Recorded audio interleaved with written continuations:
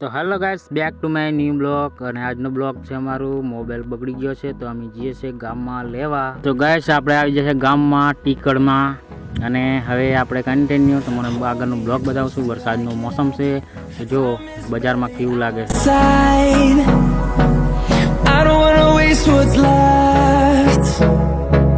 તો ગાઈસ આપણે જઈએ છીએ હવે ગામમાંથી ના વાડીએ અને વાડીનો માહોલ દેખાડું છું તમને. આ રસ્તામાં ટીકડ ઘાટીલા જવાનો રસ્તો અને જો વરસાદના હિસાબે બધે પાણી થઈ ગયું છે.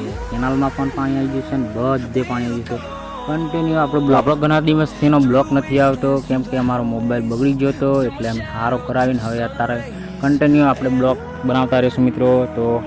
તો ગાઈસ આપણે ખેતરમાં હવે દેખો કેટલું બધું પાણી થઈ ગયું છે. કપાસ પર અડધા જતા રહેશે, ભાગમાં કેટલાક કપાસ જતા રહ્યા દેખો. એલા ખેતરમાં ભાઈ બતાવે છે અમને.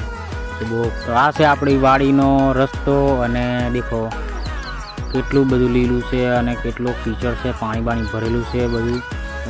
તો આગળ તમને બતાવું છું અમારી વાડીમાં કેવું બધું ખરાબ થઈ ગયું છે.